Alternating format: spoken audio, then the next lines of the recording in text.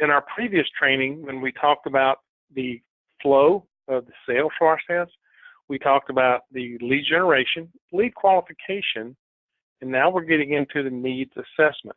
This is where you will find out, well, actually, this is where the sale is made.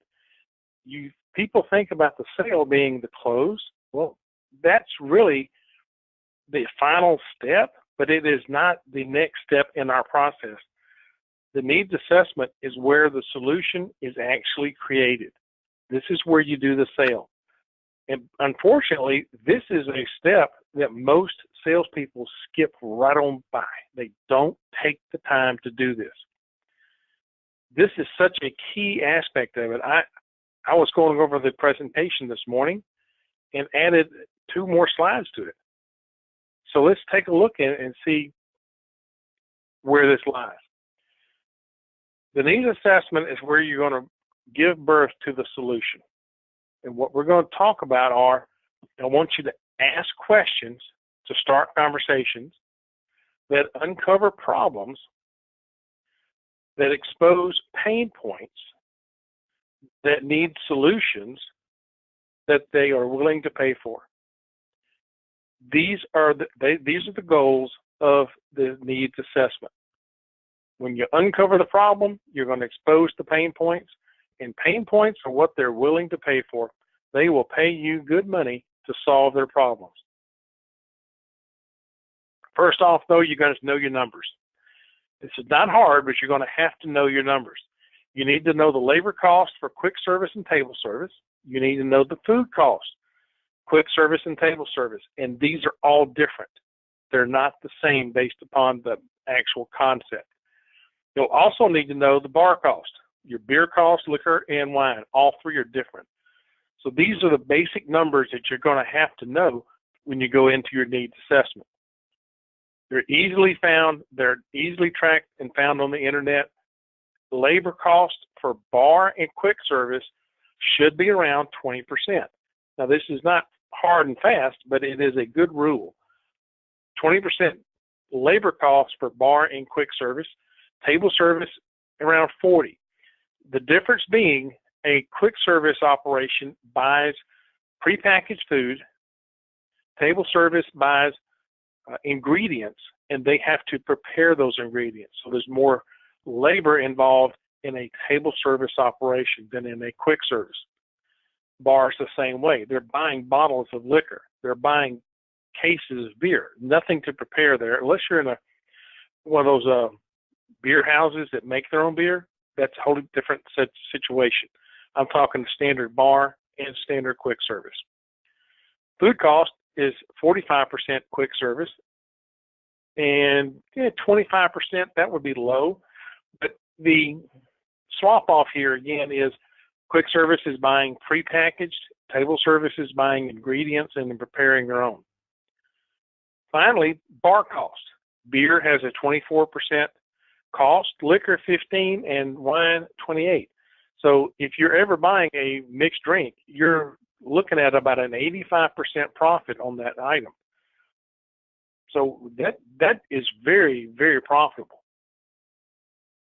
Rule of thumb, though, on quick service and table service is that the food cost and the labor should not be more than 66% of the revenue, no matter how you mix it.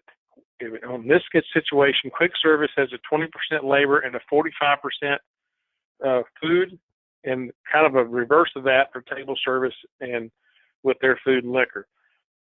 But 66% is the max that those two should add up to. No more than that. So knowing this now, when you go into a situation for a needs assessment, you should know if that restaurant, if they're running a 45% labor in table service, they better be running about a 20% food cost. If not, something's out of whack. They're not controlling it, and you might have an opportunity to help them. So let's talk a minute about fixed costs versus controllable.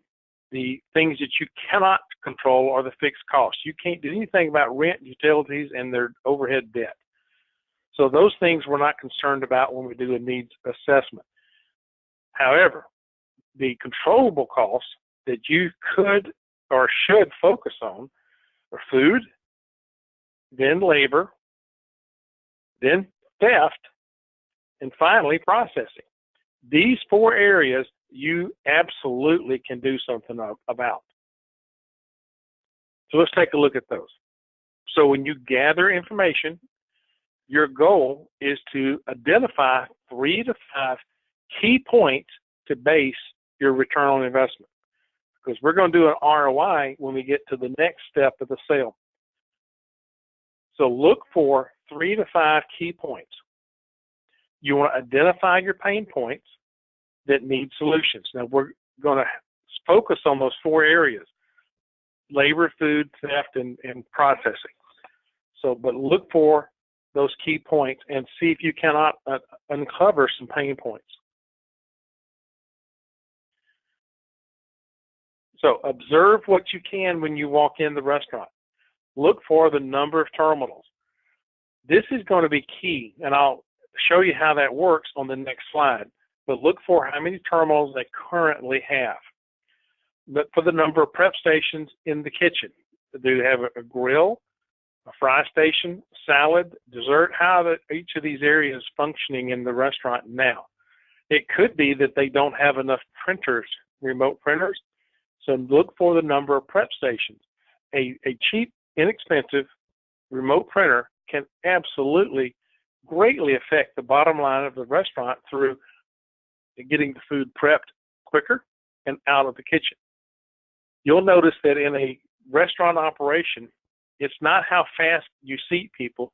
It's not how fast you wait for them at the table. The speed of the kitchen is where you affect the table turns for a restaurant. Do they have cash registers or POS? So along that same line, are they doing handwritten tickets, or are they having those tickets printed on a printer in the kitchen? But look for those 2 things there. Are they using cashier or server banking? If they're using a cashier system, it is extremely possible, and have seen it done, where they justify the entire purchase price of the entire system just on the fact that they were changing from a cashier bank to a server bank. They were able to cut the labor cost of the cashiers in their operation, and that one line, that one thing, paid for the entire point of sale system. So observe if they're cashier or server banking. Do they have a hostess for hostess seating? It could be that you have a solution that would help them increase table turns. A simple table turn in a restaurant that's doing a $40 or $50 cover, one turn of one table, that's another $50 in revenue. And if you're looking at a 40% food cost, then you're looking at a 80 or 60% profit, or $30 on a $50 ticket. So there's easy money to be made if you can turn that table just one more time.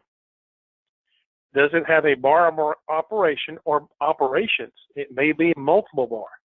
And each one needs to be taken into consideration separately. You're going to need to understand that the bar inventory is different. The bar operation is different, and they have different bartenders, so they have different security problems at each location. In a drive-through is a double or single window, because it does happen to, if it's a double window drive-through, there's a little bit of a trickeration that goes to in the setup, and you'll need to know that. How is the order queue set up in quick service? Think about, is it a rush the counter like you would have in like a McDonald's, or does it walk through a serpentine like you do in Wendy's? And then the third operation, is it a manufacturing process, something like a Subway? Each one of those has a different way of handling the point of sale.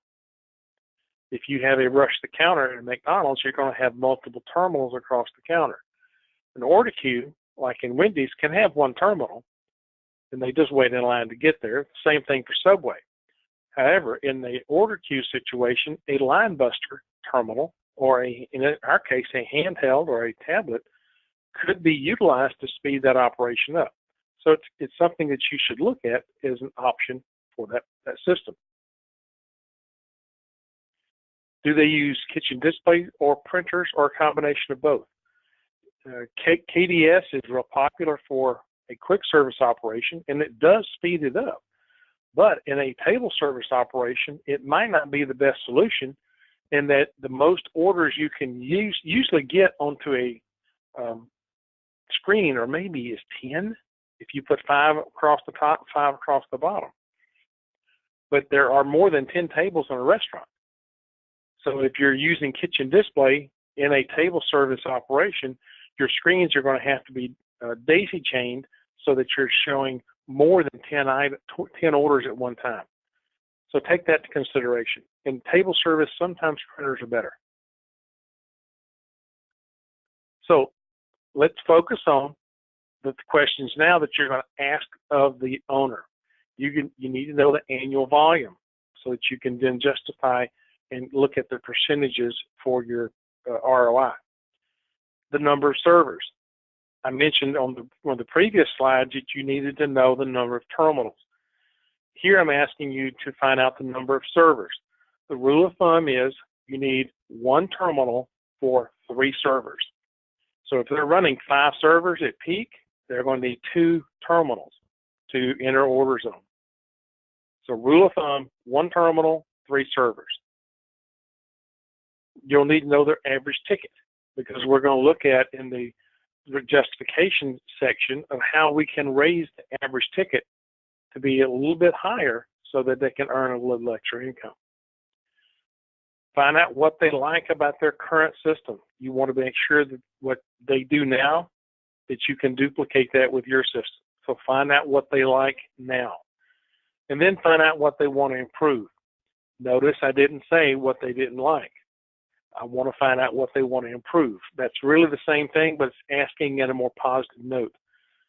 I want to keep this sales process positive at all points and not be so negative. Find out their labor, food, and bar cost. And if they're running bar, you want to know beer, liquor, and wine cost. So there's 5 costs that you need to find out. Percentage-wise is great. Labor, food, and then the 3 bar items. Using these percentages with the annual volume, you can then figure out and compute where you need to focus to help them improve. Let's look at their current system. What is the age of the current system? Is it leased? And if so, what are the payments?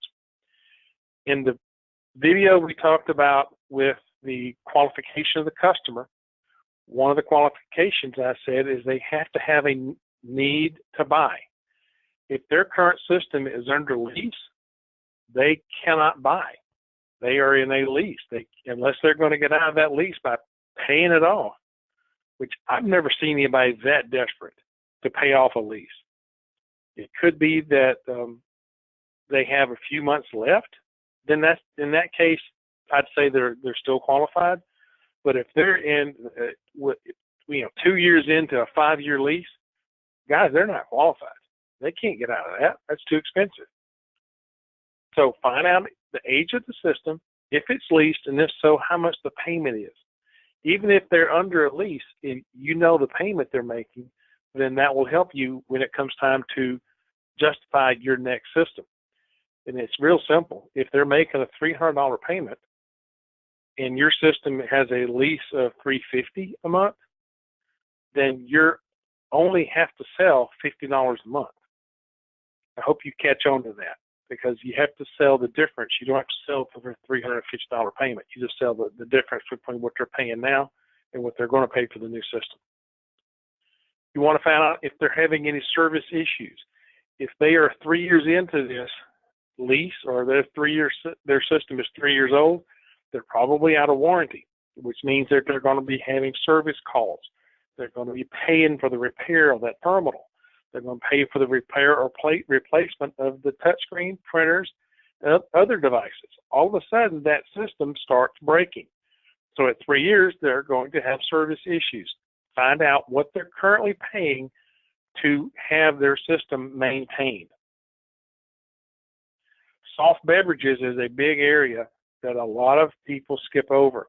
A soft beverage is something that is server prepared, such as the teas, the sodas, the coffees. These are the soft beverages. Quite often, a server will not charge and ring up soft beverages.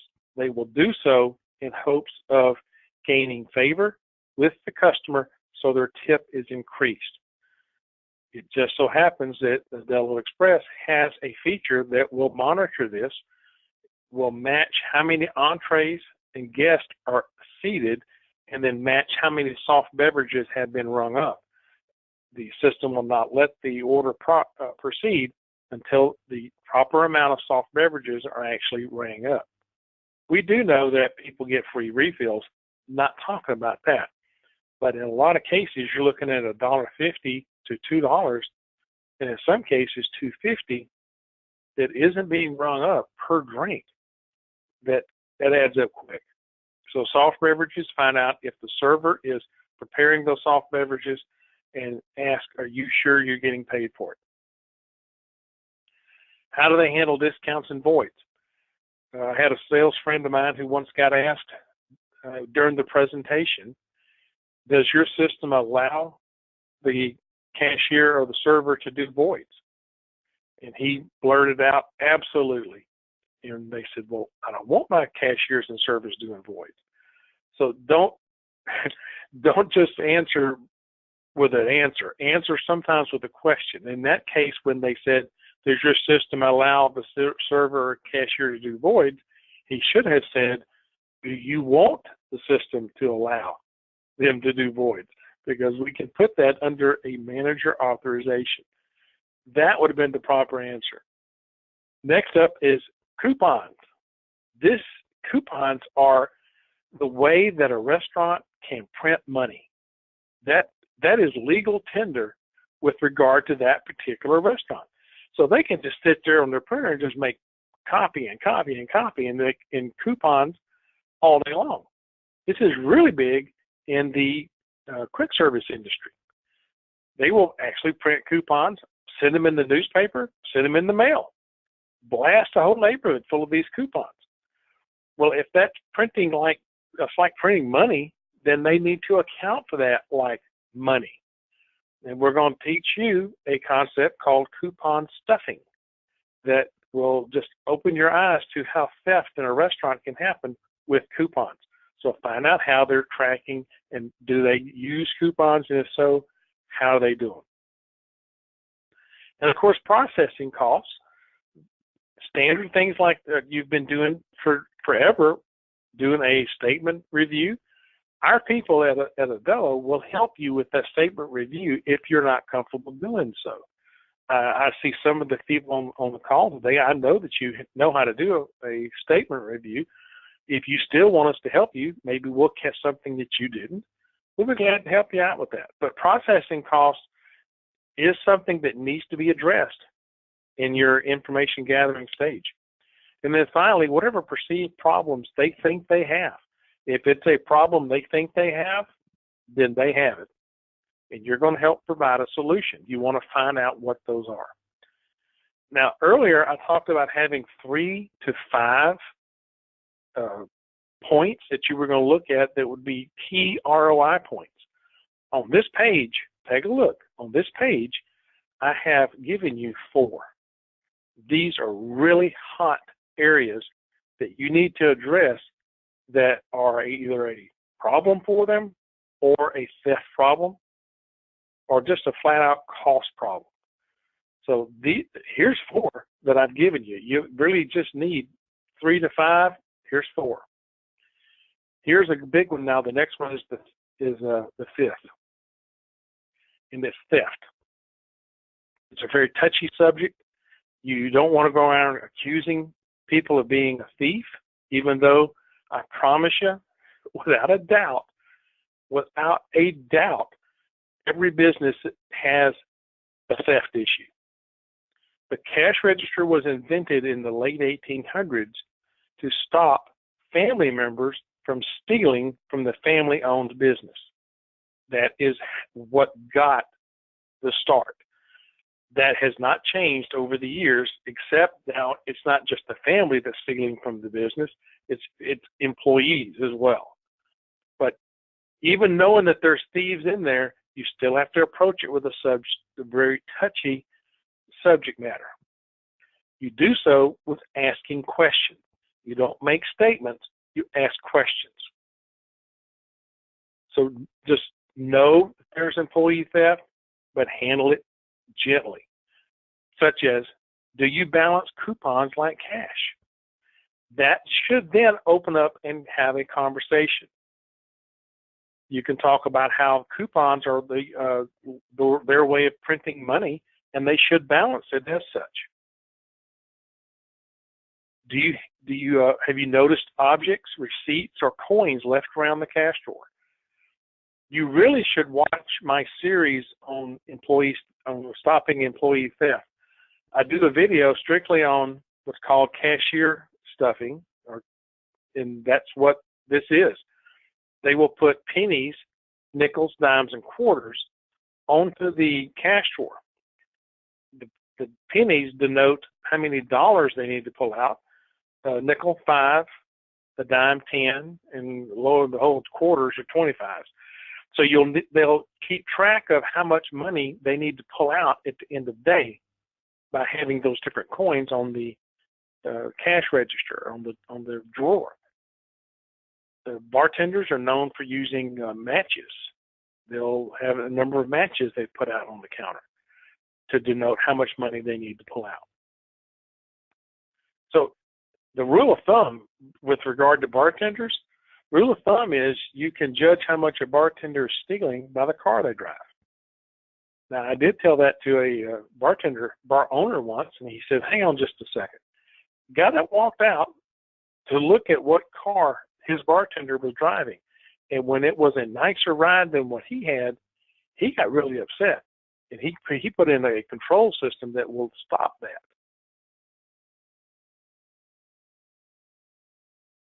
Is there a calculator by the register?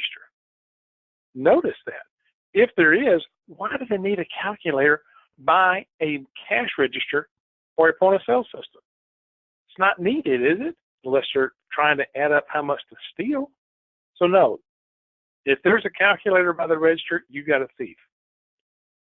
And how often do they audit guest checks? Now this is going to make them think, because most restaurants don't audit their guest checks, and they should. So by asking the question, how often do they audit those checks, it's going to make them think. And what they should be looking for is how many drinks are not rung up, how many soft beverages are not rung up. That's what they should audit. How often do they inventory the bar? Some do it daily. If they have a theft problem, or if their bar cost is out of line, they should inventory that daily. They should look for, and not only inventory it, but match it to the sales number. For instance, if they are ringing up Jack and Coke, then they should know how many shots have been poured out of that Jack Daniels.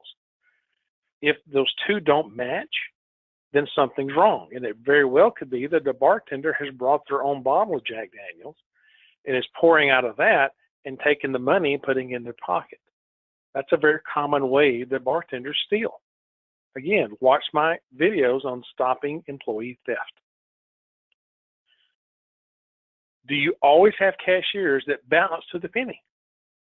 And you'll be surprised how many times you find a cashier that balances perfectly every day.